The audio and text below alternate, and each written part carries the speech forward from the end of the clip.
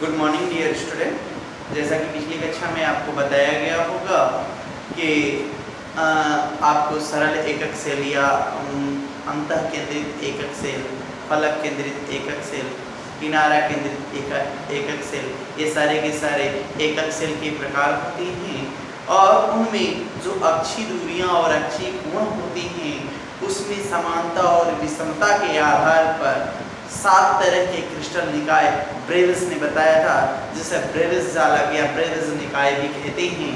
Brevis निकाय कितने प्रकार के होते हैं? तो 7 होते हैं। सातों को याद करने का हमने तरीका बताया था।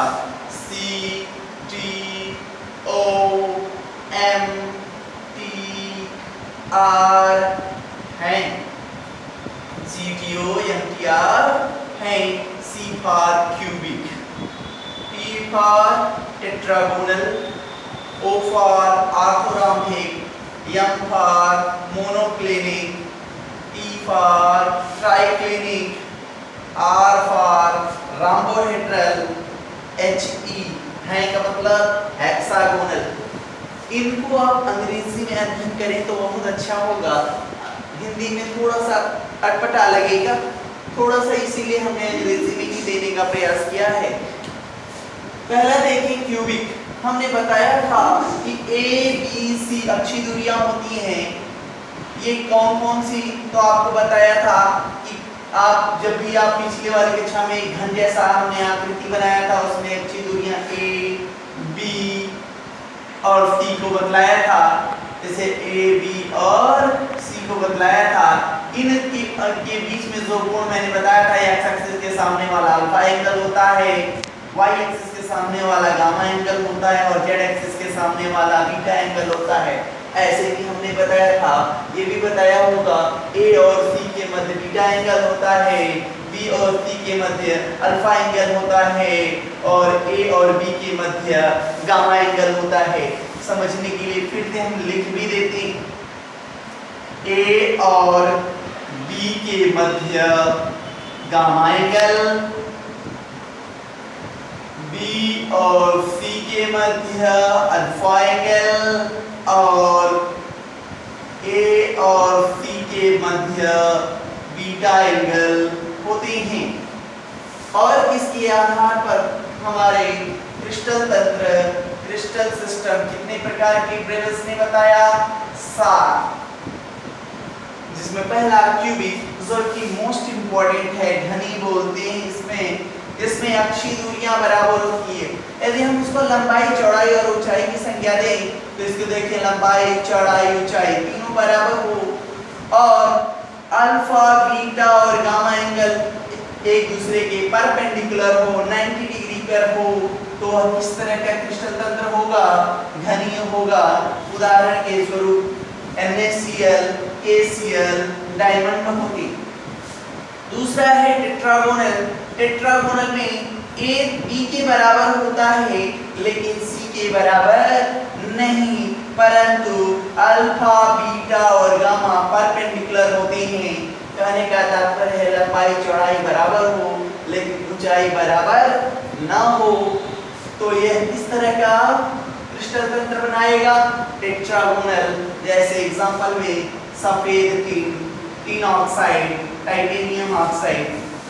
ऑर्थोरॉम्बिक में कहता है ए बी और सी तीनों एक दूसरे के बराबर ना हो, लंबाई अलग हो, चौड़ाई अलग हो, ऊंचाई अलग हो, परंतु अल्फा, बीटा, गामा परपेंडिकुलर हो, 90 डिग्री एंगल रखते हो, तो ऑर्थोरॉम्बिक होता है।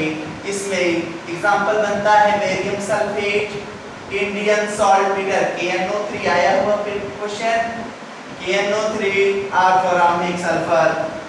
फिर कहता है नेक्स्ट आपका क्रिस्टल तंत्र है मोनोक्लिनिक, अंग्रेजी में एकांताज बोलते हैं।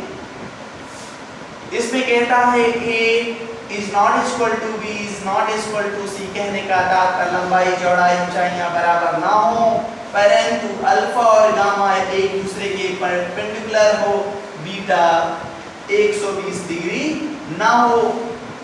तो इसमें एग्जांपल आ जाएगा जिप्सम और मोनोक्लिनिक सल्फर। जिप्सम का सूत्र आपको पता होगा, नहीं पता है तो जान लें, 2 2CaSO4 डॉट H2 या CaSO4 डॉट 2H2O।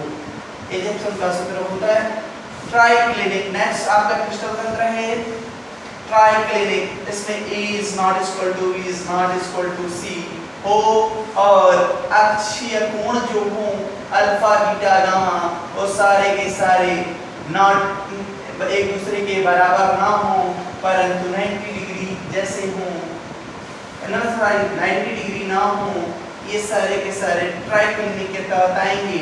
इसमें पोटेशियम डाइक्रोमेट और नीला थोथा। नीला थोथा का सूत्र होता है copper sulphate dot 5s2। Next आ जाता है राम्बोहेड्रल। राम्बोहेड्रल में A, B, C अच्छी दूरियां बराबर होती हैं, अक्षीय कोण भी बराबर होते हैं लेकिन 90 डिग्री नहीं होती हैं। इसमें एग्जांपल आपका बर्फ आ जाएगा और चीनी सॉल्ट मीटर आएगा। चीनी सॉल्ट मीटर पॉलिटेक्निक में आया हुआ चीनी सॉल्ट मीटर। एग्जांपल किसका होता है राम्बोहेड्रल क्रिस्टल तंत्र का प्रकार होता है हेक्सागोनल में A B के बराबर होता है परंतु C के बराबर नहीं और अल्फा और बीटा 90 डिग्री होते हैं जबकि गामा 120 डिग्री होता है। इसमें एग्जांपल हैं ग्रेफाइट, सिनेबार, HGS, जिंक और कैडमियम। ये 7 तरह के क्रिस्टल तंत्र होते हैं।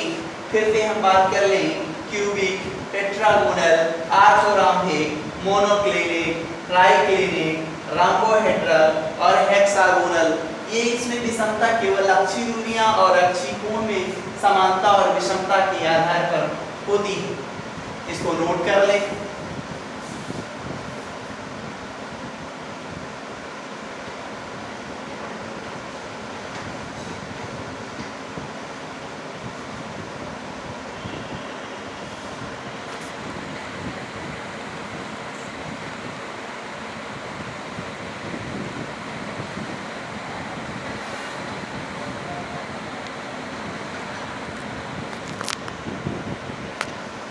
अब हम अध्ययन करेंगे पहला जो इम्पोर्टेंट है घनी क्रिस्टल तंत्र। घनी क्रिस्टल तंत्र में हमने कल भी डिस्कस किया था, आपको बताने का प्रयास किया था। इसमें लंबाई चौड़ाई ऊंचाई बराबर होती है जैसे लीडो की गोटी। कहता है इसमें A बराबर B बराबर C और अल्फा एंगल, बीटा एंगल और गामा एंगल परपेंडिकुलर होते हैं, 90 डिग्री होते हैं। घनी क्रिस्टल तंत्र कहलाता है। ये बोर्ड परीक्षा में यही पॉइंट दे के पूछा था यह किस प्रकार का क्रिस्टल तंत्र है, तो आप जानते हैं घनी प्रकार का क्रिस्टल तंत्र है। घनी प्रकार का जो क्रिस्टल तंत्र है यह सिस्टम 3 तरह के एक एक्सेल से मिलकर बनता है। नंबर 1 आपको बताया था SCC, दूसरा बताया था BCC और तीसरा बताया था FCC। SCC का तात्पर्य है simple cubic crystal unit cell. दूसरा है body centred crystal unit cell, cubic crystal unit cell. और लास्ट है face centred cubic crystal unit cell. यह 3 प्रकार के एक सेल से मिलकर बना है। इसको बोलते हैं सरल घनी इकाई सेल। यदि हम क्रिस्टल को हटा दें सरल घनी इकाई सेल और इससे जो बनेगा सिस्टम उसको बोलेंगे SCC system, simple cubic crystal system. ये बनेगा सरल, या इसी को बोला था हमने कल मौलिक घनी इकाई सेल। BCC को बोलेंगे अंतःकेंद्रित घनी इकाई सेल। और इसे बोलेंगे आधा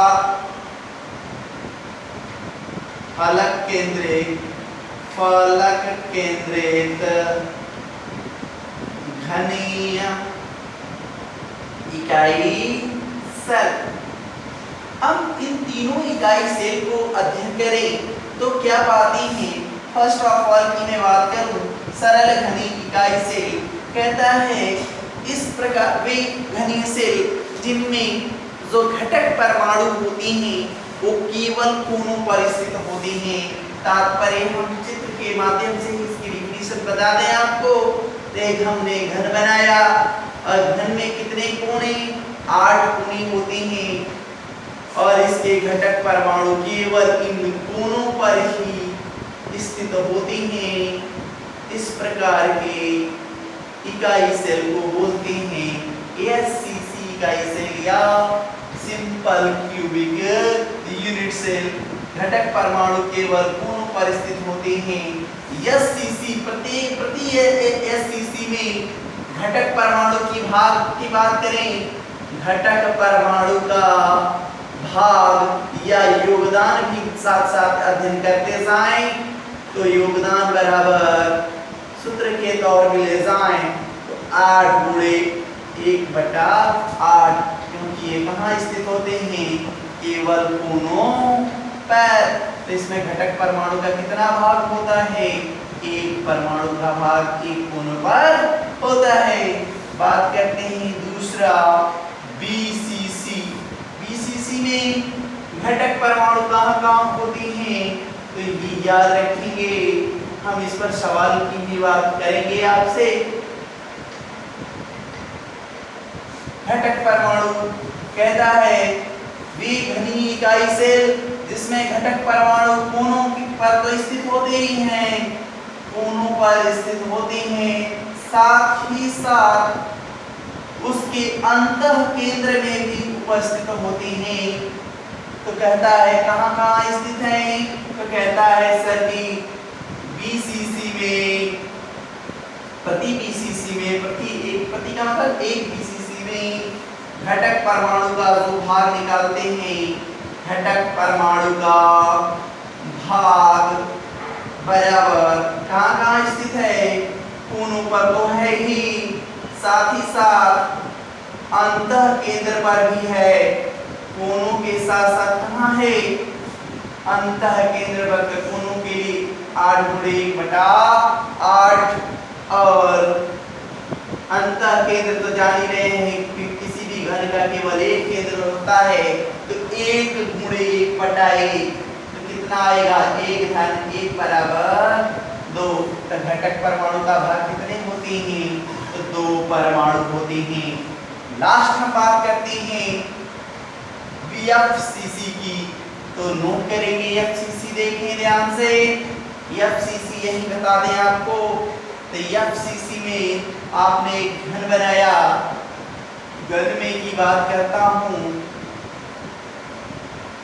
आपने घन बनाया तो कहता है प्रति एफसीसी में घटक परमाणु कोनों पर तो होते ही हैं, फलक केंद्रों पर भी होते हैं। कहाँ होते हैं, फलक केंद्र। तो सभी ने लूडो खेला होगा, तो लूडो खेला होगा तो आपने एफसीसी को देखा होगा। एफसीसी में की बात कर रहा हूं, तो प्रति एफसीसी में घटक परमाणु का योगदान या भाग, घटक परमाणु का योगदान निकालना हो आपको, तो कहता है कि सर जी कोनों पर होता है और फलक केंद्र पर होता है, फलक केंद्र पर होता है। तो कोनों के लिए 8 गुणे 1/8 होता है। और लूडो खेला होगा तो उसमें देखा होगा 6 फलक होते हैं, इक्का दुक्का तिक्का चौका 50 छक्का आता है, तो 6 होते हैं, तो 6 गुणे 1/2, क्योंकि 2 भाग ही एक साथ लिए जाते हैं। तो कितना हो गया, 1 धन 3 बराबर 4 परमाणु। तो याद रखेंगे प्रति एससीसी में 1 परमाणु का योगदान होता है, बीसीसी में 2 परमाणु का योगदान होता है और एफसीसी में कितने 4। एससीसी में z की वैल्यू बराबर 1, बीसीसी में z की वैल्यू इक्वल टू 2 और एफसीसी में z की वैल्यू इक्वल टू 4। कैसे कैलकुलेट किया है? तो यहाँ दर्शाया है, यहाँ दर्शाया है और यहाँ दर्शाया है। तो कितने प्रकार के एकक सेल पढ़ाया? क्रिस्टल तंत्र क्यूबिक में 3 प्रकार के एकक सेल पढ़ाया और इन तीनों को नोट करें।